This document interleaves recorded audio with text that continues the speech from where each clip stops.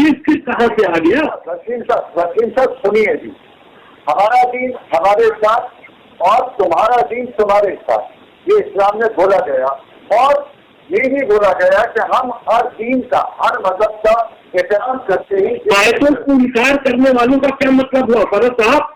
आयतों से इनकार वही करता है जो मुसलमान नहीं है, तो फिर उनका दीन उनके साथ, एक तरफ अल्लाह कह रहा है उनका दीन उनके साथ, तो फिर उनसे बैर कैसा, उनसे इंसानी बैर कैसा कि उनको दोस्त ना बनाओ, उनके साथ में दोस्ती ना करो, उनके साथ उनका कत्ल करो, उनको ढूंढो, उनको मारो, ये सारी बातें फिर कैसे आ गई जब उनका दीन उनके लिए है? देखिए वकील साहब, पहले तो ये बता दीजिए, एक सवाल पूछ रहा हूँ, आप पूरा नहीं मानेंगे, फिर मैंने बिल्कुल नहीं, आप पूछिए, आराम से जवाब देंगे। एक सवाल फिर माननीय सर्वोच्च न्यायालय ठीक है या आप पूछें, इसका जवाब ठीक है करें। माननीय सर्वोच्च न्यायालय जिसमें आपने याचिका भी की, वो ठीक है क्या आप ठीक है? साहब वो देखिए, वो आप सुनिए, मैं जवाब दे रहा हूँ। जो हमारा न्यायालय है हम उसको बिल्कुल मानते हैं, हमने वहां पर रिट दाखिल की थी जो खारिज हो गई, हमने रिव्यू फाइल कर दिया है। ऐसा नहीं है कि कानूनी लड़ाई खत्म हो गई है, वहाँ रिव्यू फाइल है और रिव्यू के बाद भी और भी रास्ते हैं, वो भी लड़ाई लड़ेंगे। लेकिन कोर्ट ने हमको इस बहस के लिए मना नहीं किया कि हम इस बात को हम मीडिया के जरिए नहीं कह सकते या हम अपनी बात पर बाउंड हो गए। कोर्ट ने हमें बाउंड नहीं कर दिया कि इन 26 आयतों को तुम मानो और दुनिया को मनवाओ, ये थोड़ी ना हम बाउंड हो गए। पहली चीज ये है कि आप जवाब इस बात का देने के बजाय अब आप कोर्ट की बात को सामने ले आए कि कोर्ट ने खारिज कर दिया। अभी कोर्ट की लड़ाई खत्म नहीं हुई है फौज साहब।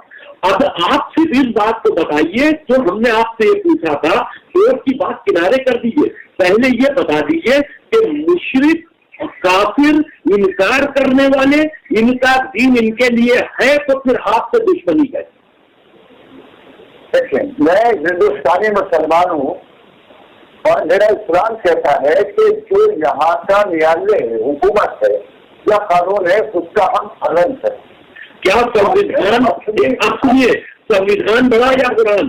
आप सुनेंगे, संविधान, आप हिंदुस्तानी मुसलमान हैं, संविधान बड़ा हिंदुस्तान है या कुरान? का पालन करते हुए सर आप हमें बता दीजिए, सवाल आपसे है, हिंदुस्तान का संविधान बड़ा है या आपका कुरान? जो आपसे चर्चा शुरू की है, नहीं, सुनिए सरत साहब मेरा जवाब दे दीजिए, जवाब देते हुए आगे चलिए। संविधान बड़ा या कुरान? आप हिंदुस्तानी मुसलमान है ना, आपके लिए संविधान हिंदुस्तान का बड़ा है या कुरान? देखिए, परिपेक्ष देखिए, जब किसी को फांसी दी जाती है या किसी को आजादी दी जाती है। ना सवाल का जवाब फंस गए हाँ जी फंस गए। मुसलमान हूँ तो हिंदुस्तान में आपका संविधान बड़ा है या आपका कुरान? जो धर्म ग्रंथ होती है हमारे सवाल का हाँ ना में दीजिए, हाँ ना में जवाब दीजिए। आपने कहा मैं हिंदुस्तानी मुसलमान हूँ। हिंदुस्तानी मुसलमान होने के नाते मैंने आपसे सवाल पूछा कि हिंदुस्तान का संविधान आपके लिए बड़ा है या कुरान? कुरान के हवाले से रेफरेंस से हम संविधान को बड़ा मानते हैं। यहाँ पर आप संविधान को बड़ा मानते हैं ना? कुरान को संविधान के ऊपर नहीं मानते ना? यही बात है ना? हाँ, अब ये बताइए कि संविधान में, आपके संविधान में, हिंदुस्तान के संविधान में गैर मजहब वालों के साथ में बुरा बर्ताव करने के लिए जो आपके कुरान मजीद में कहा गया है, वो अगर संविधान से टकरा रहा है वो गलत है या सही?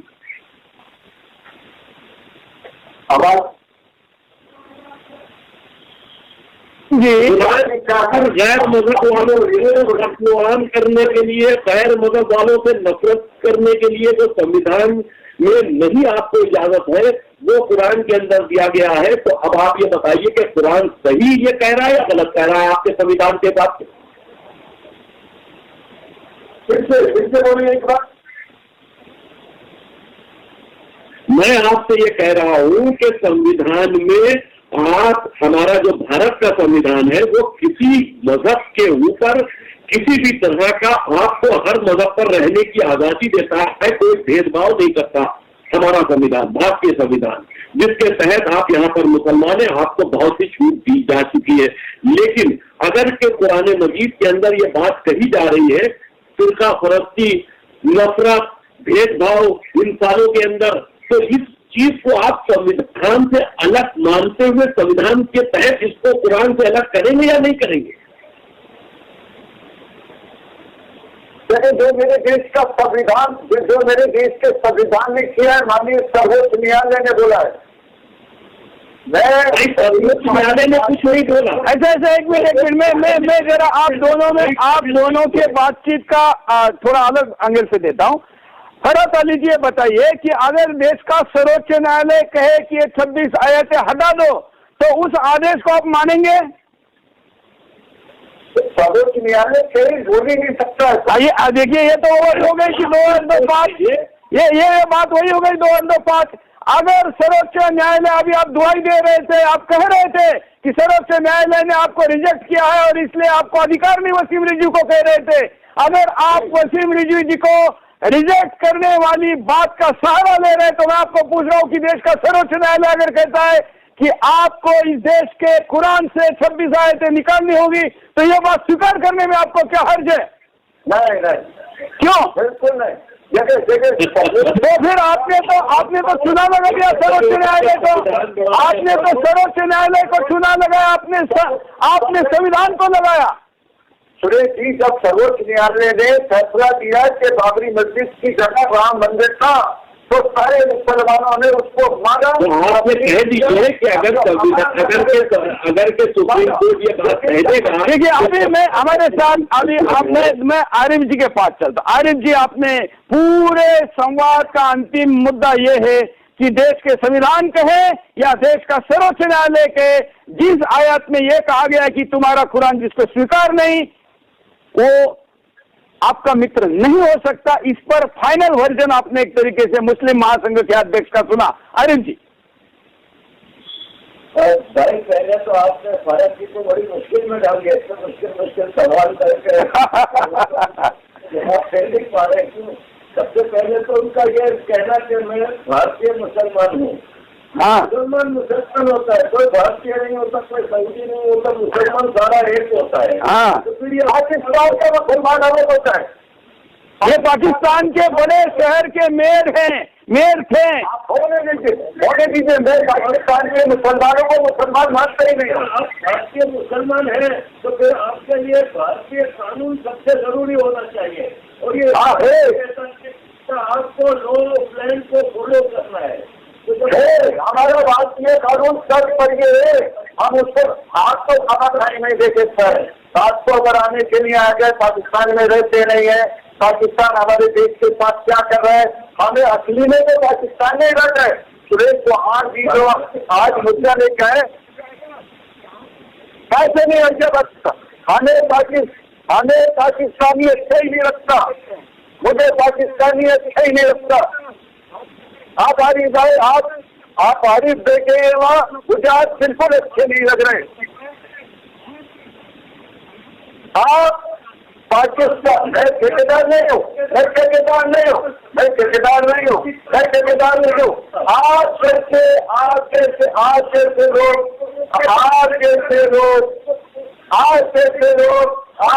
खराब लोग, आज जैसे पाकिस्तानी लोग, आज जैसे पाकिस्तानी लोग, अरे बड़ी मेहरबानी है।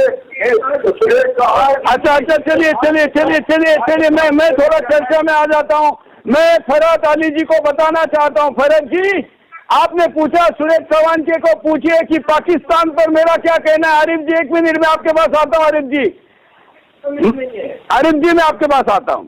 फरहत अली जी, मैं आपको बताता हूँ, मैंने 2017-15 नवंबर के दिन शो करके ये कहा कि अब मैं पाकिस्तान पे नहीं बोलूंगा, क्योंकि पाकिस्तान को पिछले 72 साल में मेरी देश के सेना ने 2 सेंटीमीटर भी सीमा के अंदर आने नहीं दिया। इसलिए मुझे पाकिस्तान की चिंता नहीं है जो सीमा के बाहर है, मुझे हिंदुस्तान की सीमा के अंदर बढ़ने वाले पाकिस्तान की ज्यादा चिंता है, और उसको निर्माण करने का काम यह है तो करती है, ऐसा वसीम रिजवी जी कह रहे। और इसलिए मैं हिंदुस्तान के अंदर के जो मिनी पाकिस्तान है उसको लेकर ज्यादा चिंतित हूं। फरहत अली जी,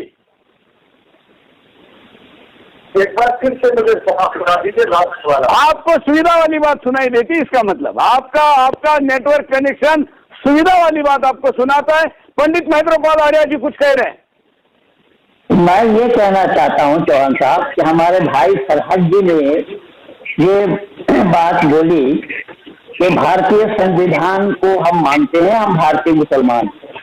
भाई आरिफ साहब ने बहुत माकूल जवाब दिया कि मुसलमान तो इस भारत का नहीं होता है, मुसलमान दुनिया का एक ही है।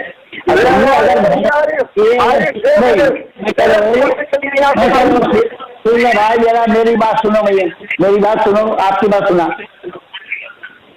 भारतीय मुसलमान अगर ये कह रहे हैं कि संविधान जो है हमारा सर्वोपरि है, तो इनसे पूछिए कि क्या कुरान की अनुमति है? क्या कुरान उसको इजाजत दिया है? और मैं पूरा खजाना लेकर सारा एक खोज करके दिखा दूंगा।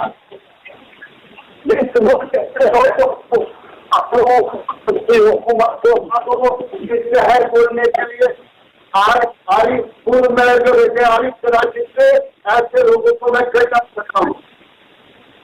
आपकी बात खराब हो गई अजीत जी, लेकिन ऐसा है मेरे भाई साहब ने मेरे मित्र, मैंने केवल इतनी सी बात कही कि भारतीय मुसलमान अगर भारतीय संविधान को मानते हैं तो इस्लाम में उसकी अनुमति है या नहीं, मैं ये पूछा। मैंने बताया आपको में रहूं, उसके आईन को और उसकी हुकूमत को हर आदेश को मानो, और उसी को मानते हुए उनके माननीय सर्वोच्च न्यायालय ने श्री वसीम की याचिका को खारिज किया, जुर्माना भी किया। इसलिए अपने सर्वोच्च न्यायालय का पूरा सम्मान करता हूँ, लेकिन पाकिस्तानी बर्दाश्त नहीं करूंगा। ये आपने गलत बोली है कि कोर्ट ने खारिज किया, वो तो बात खुल गई सामने। कोर्ट ने खारिज नहीं किया है, केवल कोर्ट ने पुनर्विचार में है इसका कानून समझ लीजिए। चौहान साहब भी बोले हैं और भाई वसीम रिजवी ने भी बोला है। चलिए अभी मैं दर्शकों के पास पुनः आता हूं, क्योंकि आज हमने थोड़ा तय किया है कि हमें जो आयतों पर हम निर्णय कर रहे हैं उन पर सामाजिक, सांस्कृतिक, आध्यात्मिक भारत का कानून इन तमाम परिप्रेक्ष्य के साथ उसको स्वीकार या रिजेक्ट करना है। मैं अंपायर के तौर पर पंडित महेंद्र पाल आर्य जी को पूछता हूं कि इस आयत को इस पूरे चर्चा के बाद आप क्या कहेंगे, कुरान से बाहर करना चाहिए, रखना चाहिए? ये तो कुरान से बाहर हम तो कहते हैं करना चाहिए, लेकिन मैं आज अगले पे जाते हैं ना, क्योंकि हमको अगली पे भी जाना है। मैं आरिफ जी से पूछना चाहता हूँ, आरिफ जी आप भी अभी, क्योंकि हमको अगली आयत पे जाना है, ये आयत कुरान से बाहर हो ऐसी मांग का आप समर्थन करते हैं? चलिए, अभी फरात अली जी, कोई बदलाव अगर हुआ हुआ ये इन सब लोगों की प्रतिक्रिया सुन के, क्या आप इसको बाहर करने की बात करते हैं? हाँ, बिल्कुल नहीं, कोई बदलाव नहीं होगा। हाँ, 225 संविधान को मानेंगे लेकिन उसको पालेंगे नहीं, उसका पालन नहीं करेंगे। मानेंगे जरूर, पालन नहीं करेंगे। चलिए अगले आयत की तरफ चलते, क्योंकि कम से कम हर एपिसोड में 2-3 आयतों को अगर हम नहीं लेंगे तो हम तो फिर 26 दिन तक ये कार्यक्रम चलाना पड़ेगा। हालांकि मुझे तो अब लग रहा है कि कुरान के समाप्ति के बाद हमको अब जो बाकी भी चीजें हैं जिसको लेकर अभी आरिफ जी ने कहा कि जो सऊदी अरेबिया की प्रिंस है उसने हदीस पर बात की है, तो जो हदीस हिंदुस्तान की या दुनिया की मानवता को नुकसान कर सकती है उस पर भी चर्चा करनी है क्या? ये भी आप अपनी प्रतिक्रिया हमको ट्विटर पर, यूट्यूब पर बातें सब दर्शक दे, तो हम उस दिशा में भी आगे बढ़ेंगे। अब अगली आयत की तरफ चलते हैं।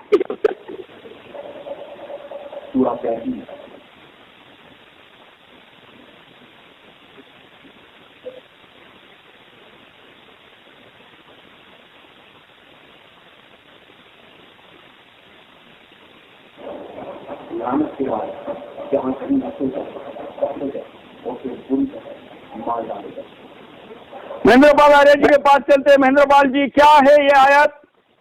ये सूरह अहज़ाब का आयत नंबर 61 है। यहाँ बताया गया है मलऊनीना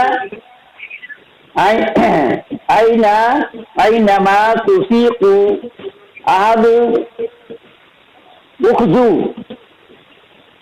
वक़त्तिलू तक़तीला मलऊनीना इन्नमा तुक़ीतू आहदु वक़्तिलू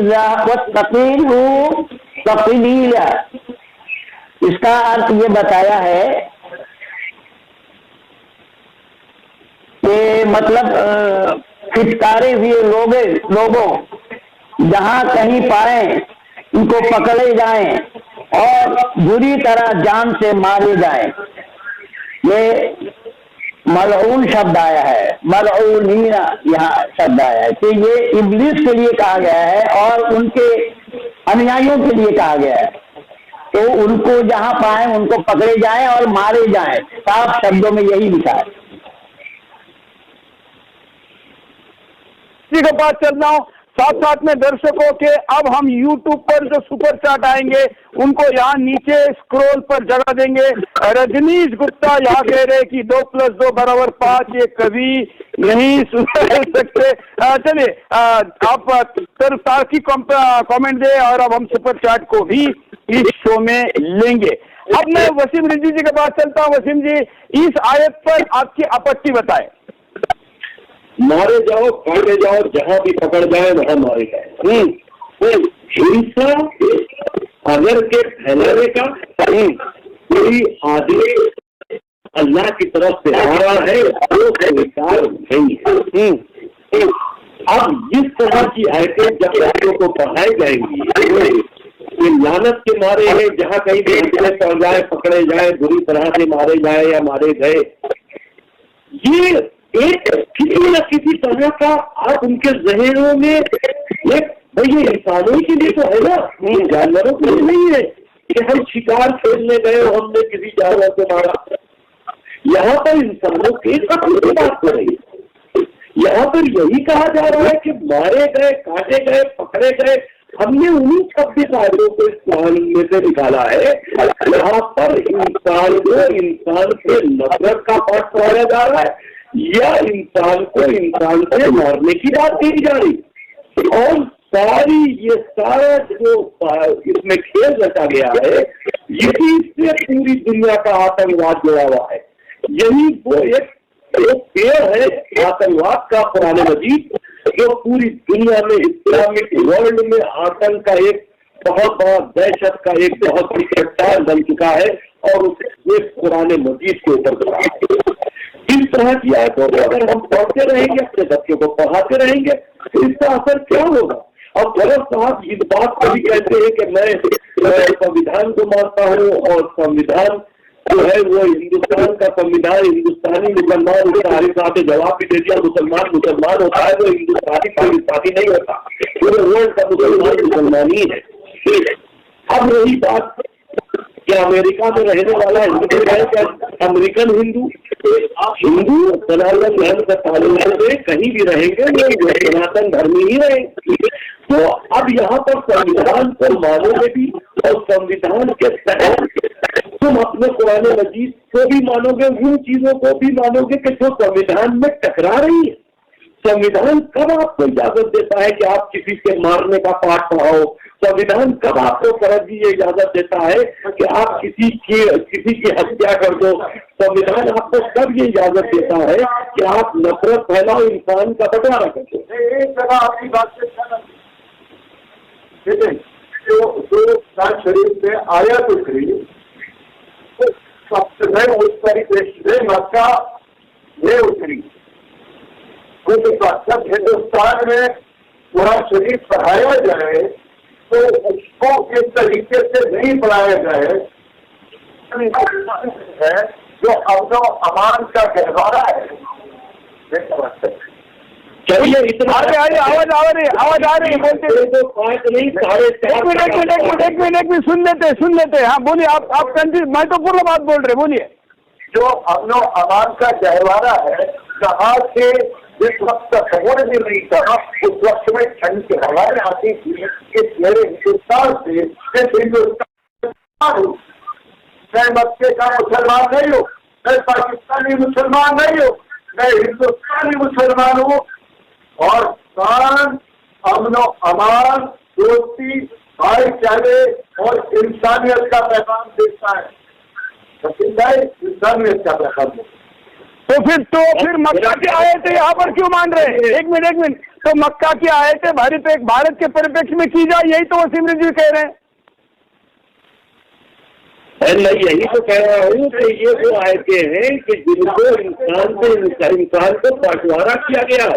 साहब इन आयतों को अगर आप नहीं हटाओगे तो हमारे हिंदुस्तान, पाकिस्तान, अरब सुनते मुझे लगता है ये बात स्वीकार करने के करीब आए हैं, ये बात स्वीकार करने के करीब पहुंच रहे हैं। एक मिनट, ये दो अभी 5 के बजाय 4:30 तक आए हैं, जरा 4:30 तक आए। हाँ, तो फरात अली जी, फरीद अली जी, नहीं एक मिनट सुन तो लीजिए।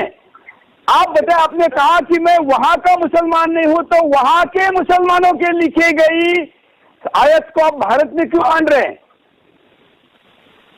जैसे हम भारत में बिल्कुल ठीक बात है, आपने बड़ा अच्छा छुट्टा सवाल किया। हाँ, हम इस्लाम को अपने घर, अपने मस्जिद और अपनी इबादत गाहों पर मानते हैं।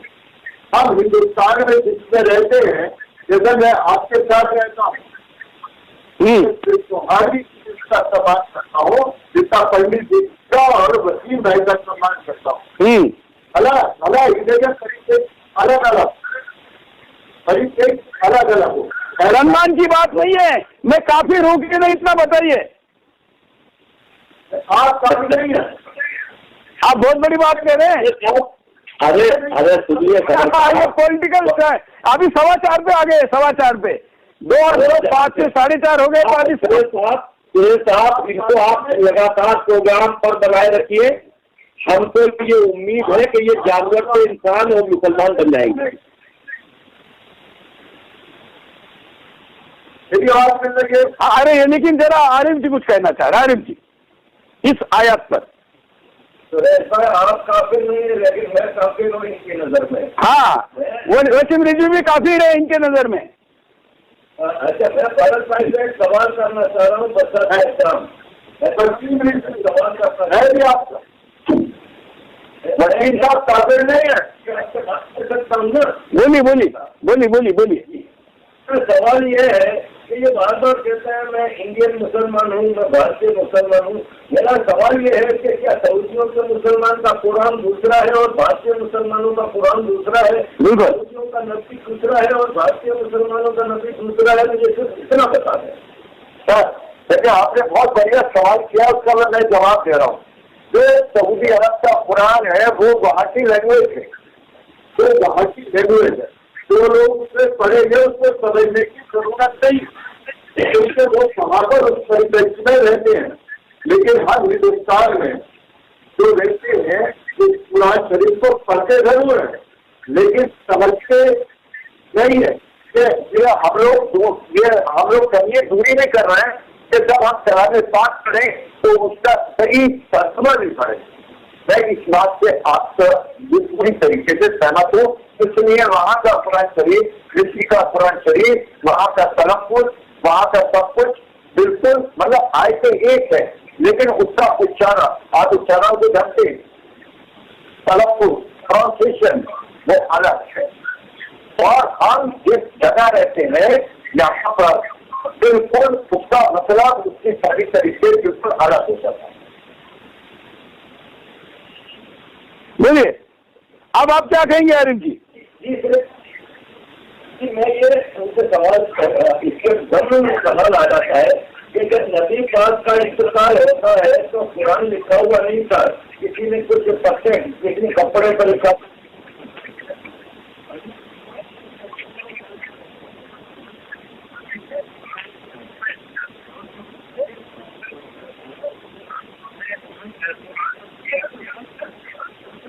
किया जाता है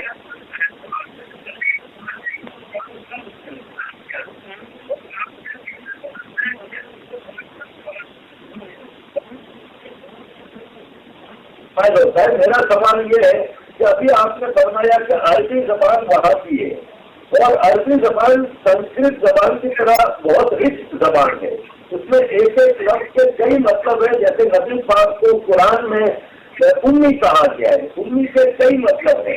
तो मेरा सवाल ये बनता है कि कुरान में वोवेल नहीं थे, आराम नहीं थे उस जमाने में।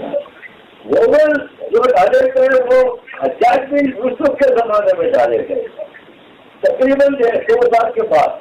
मेरा सवाल ये है कि वोवेल के ऊपर नीचे होने से तो कई अल्फाज के मतलब ही चेंज हो जाते हैं। तो आज अगर वसीम भाई या कोई अगर कुरान में कुछ रिफॉर्म की बात करता है तो उसके लिए एक बात तो बनती है कि जो वोवेल हज्जाज बिन यूसुफ करता है जिसने खाने काबा पे हमला किया था, जिसने खाने काबा की दीवारें गिरा दी थी, जिसने कई सैकड़ों सहाबियों का कत्ले आम किया था, जिसने हरम शरीफ में घोड़े दौड़ा दिए थे, उसके डाले हुए एराब का कुरान आवाज कैसे एक्सेप्ट कर सकते हैं? बोलिए। देखिए, मैंने पहले भी कहा था सुरेश जी कि मैं धार्मिक विद्वान नहीं हूँ। आरिफ साहब को एक तो पहले ये बता दीजिए, क्योंकि मैं विद्यावान हूँ और मुसलमान हूँ भारत में, है ना। तो मेरी जहाँ तक जानकारी है, आपने कहा कि हजरत अली का जो कलाम पाक लाए थे उसको नहीं लिखा है, ठीक है। जब खलीफा हुआ करते थे और उस परिप्रेक्ष्य में रहिए तो उस वक्त में जो लोगों ने जो राय की गई होगी उसकी सहमति से उसको माना गया होगा। इसलिए मैं एक चीज और बता दूं, चौर का हाँ कानपुर में, और वहाँ हजरत अली के अपने हाथ लिखे हुए 15 पारे हैं और 15 पारे हैदराबाद हमने पाकिस्तान को कुछ नहीं दिया हो तो हमने अपने भारत में रोक रखे। कभी रजा लाइब्रेरी आप लेना ये तारीखी बात। चलिए, यहाँ पर धर्मेंद्र मौर्य सुपर चैट में कहते कि थोता चना बजे घना, ये एक और मित्र है संजय, कहते हैं कि नया नया मुल्ला जोर से बांग लगाता है। ये वो कमेंट के ऊपर आई है, ये कमेंट जो यहाँ यूट्यूब पर बड़ी संख्या में बहस चल रही है। हम चर्चा को आगे बढ़ाते हुए मैं ये कहना चाहता हूँ कि चलिए एक बार महेंद्र पाल आर्य जी को सुन लेते हैं। महेंद्र पाल आर्य जी, इस आयत पर आइए, क्योंकि हमको इस आयत का निर्णय करना है आज के एपिसोड में। इसको लेकर आगे हम चर्चा करें। मैं आपसे यही गुजारिश कर रहा था कि प्रसंग छोड़ करके कहाँ भाग रहे हैं हम, तो प्रसंग पे ही रहना चाहिए। यहाँ पर शब्द क्या आया है दिखेगा वहाँ, मलऊनीना आई नमा सुखिदू आई नमा सुखपू उखिदू वकुत्तिलू तकतीला, यानी लानत के सारे, लानत के मारे जहां कहीं ये हंसते चढ़े इनको पकड़ो और उन्हें मौत के घाट पर उतार दो। तो अब ये बताइए, ये भारतीय मुसलमान और अमेरिकन मुसलमान, ये भारतीय मुसलमान है, मैं इनसे पूछता हूँ ये भारत का कौन सा त्योहार मनाते हैं जरा बताएं। हाँ, ये अगर भारत का मुसलमान है तो ये दावत के साथ ये बोले तो भारत का कौन सा त्योहार ये मनाते हैं। जानकारी में लाता हूँ,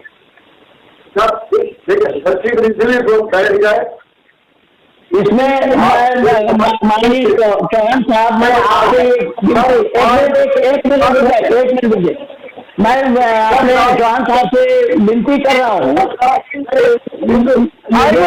सुन लीजिए खान जी, इनको ये बीच में बोले नहीं, किसी के भी बीच में नहीं। अरे भाई मैं प्रार्थना कर रहा हूँ, सुन लीजिए।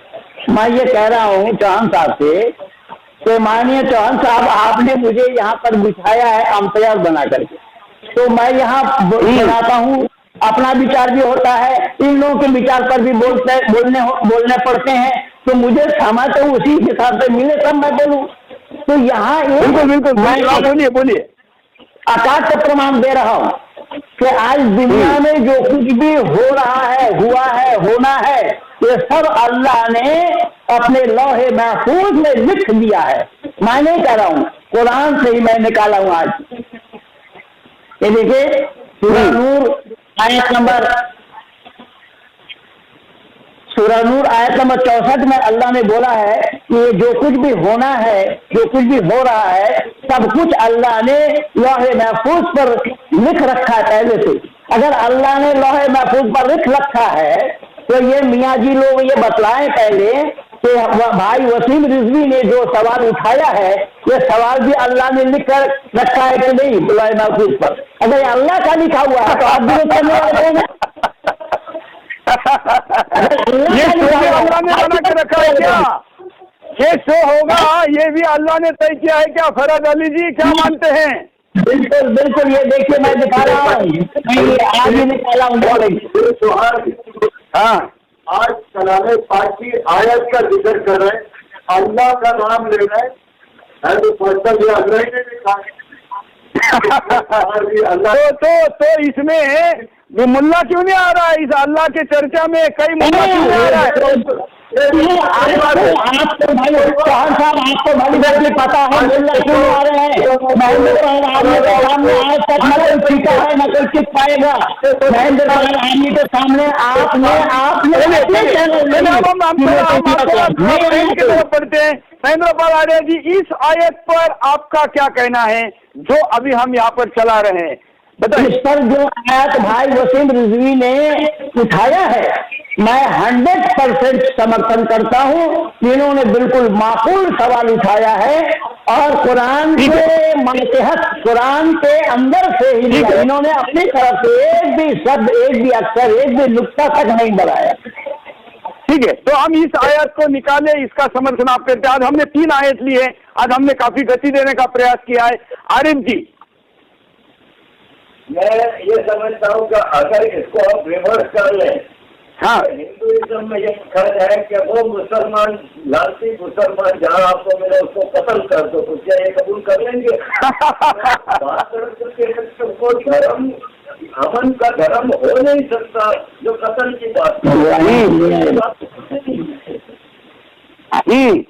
कत्ल की बात नहीं होनी चाहिए। अब बोलिए, कत्ल की बात कैसे लिखी जा रही है फराज अली जी?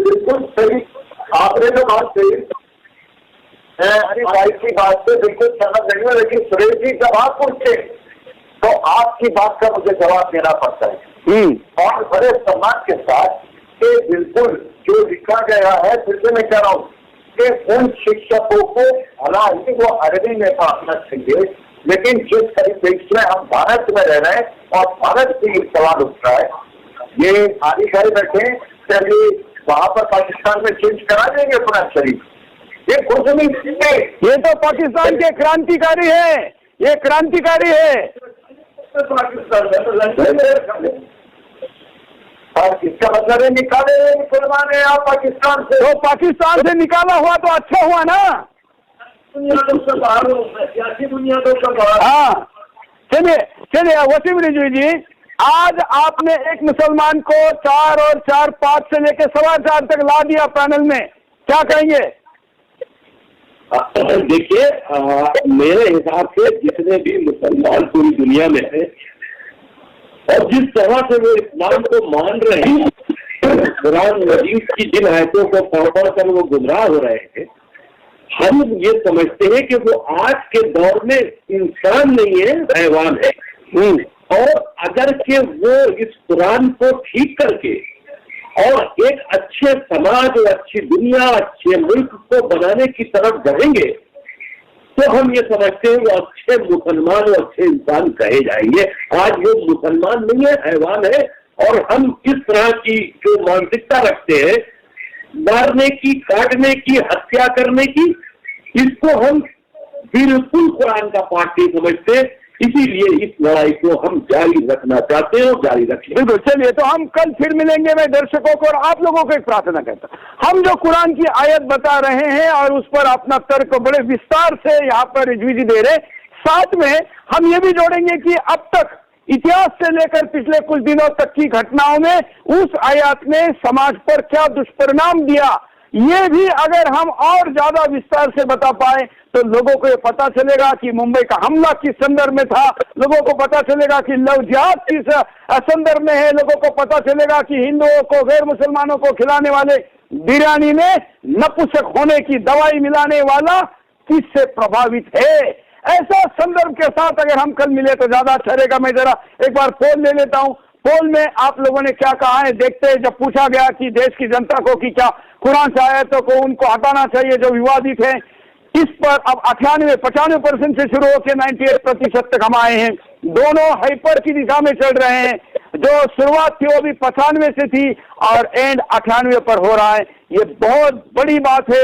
ये देश का सर्वोच्च न्यायालय जब पुनर्विचार इस पर करेगा तो उनके सामने जब आंकड़े रखे जाएंगे, पोल रखे जाएंगे, इसका तथ्य रखा जाएगा, तो निश्चित तौर पर उन्होंने पहली बार जो रिजेक्ट किया था, दूसरी बार उनको इस पर गंभीरता से सोचना होगा। पूरे पैनल का मैं आभारी हूं और पुनः आज के शो से अपील करता हूं, दिल्ली के जामा मस्जिद के इमाम बुखारी कहाँ भाग गए, कहाँ छुप गए?